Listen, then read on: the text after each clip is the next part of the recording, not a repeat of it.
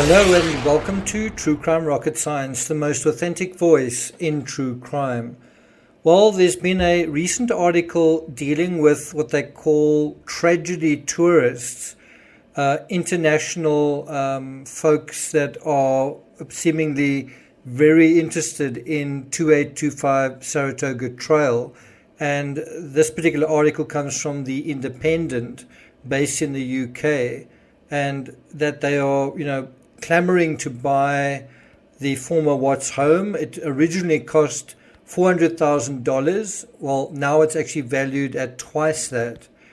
And the quite sad aftermath to this whole catastrophe is that many of the neighbors, many of the original Watts neighbors, have actually fled the neighborhood in disgust. So you not only have the tragedy engulfing the Watts family, engulfing the mother, the pregnant mother, and the two daughters, and Nico, you actually have this long aftermath where people are just dismayed by the sort of residue of what happened in that particular house. And so the neighborhood itself is still almost like radioactive in a way. And that includes Nathaniel Trinastich. He sold his house last year, meaning 2021. To be fair, I'm not sure if that house wasn't actually already on the market before the crime took place. But in any event, the Independent tried to reach him and he wasn't available.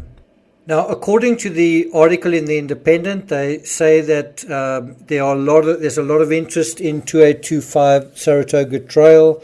There are buyers as far away as Germany that they say are calling each week to ask, whether the house is available. And to be honest, I find it a bit odd because you would think that if there was a clamor that they would simply dispose of the house, that they would sell it. So why haven't they? Why hasn't the house been sold? Now, it is possible that someone is trying to get a discount here. Someone is aware of the reputation of the house and they feel like they can kind of get a bargain. So the house that was originally $400,000 is now valued at $800,000, but there might be some argument that given the backstory of this home, that it's not actually worth double, and perhaps that is where some of the interest is coming from. The article quotes a bankruptcy lawyer, someone called Clark Dre, saying that some of the interest in the home is morbid curiosity, and some of it is people that are struggling to kind of find a home in this particular market, and that are becoming actually quite desperate. The reality for the neighbors and the neighborhood is that you are going to have this constant stream of the sort of trickle of what some people describe as tragedy tourists. I suppose you could also call them true crime enthusiasts, that if they are passing by Frederick or passing through Colorado or kind of in the area, want to have a look at this house that has been featured in so much coverage, whether it's documentaries, whether it's the centerpiece of the many books that have been written, or whether it is in the YouTube videos that have been taken. And of course, there's also the body cam that takes us to the outside and then into the inside of the house. And some people have been wanting to see the house for themselves. And of course, gone is the manicured lawn, and it's just been an empty shell for now approaching 4 years. But I must say, looking at this article, I don't understand really why it's in this sort of limbo. If there is demand to buy it, this guy, Mr. Dre, is quoted saying, people want to buy it, but it can't be bought. It's not on the market. And it's just difficult to understand why that is the case. What is actually going on? Now, when I discussed this particular article with my true crime community, someone actually referred to a story. It's actually a story about her brother who was kind of a neighbor to another sort of scenario. I'm not going to take you through it because it is even more ghastly than what happened to the Watts family. So I will put a link to it in the description. You can read it yourselves. But it refers to the Sueppel murders, right?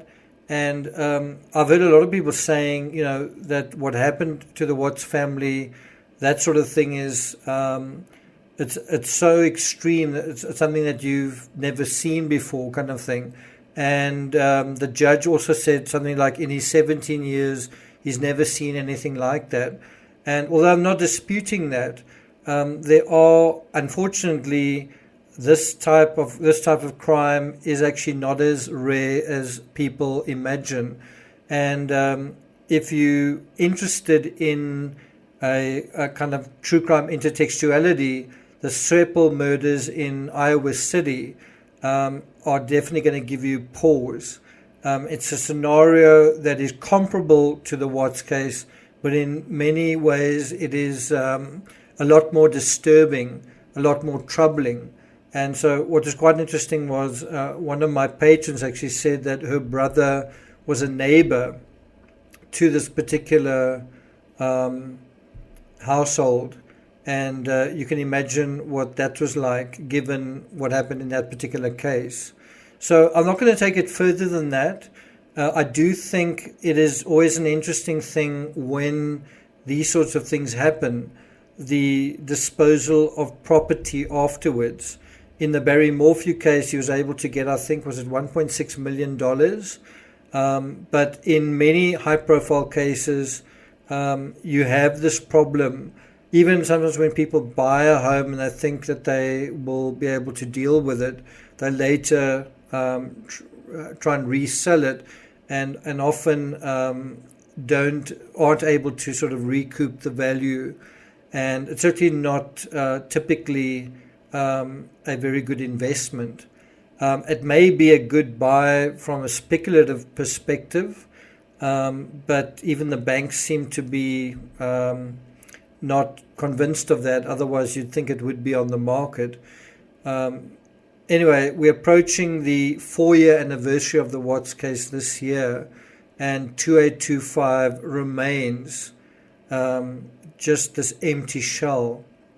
And one wonders where it'll be 10 years from now, 20 years from now. Thank you for listening, and I'll see you guys next time.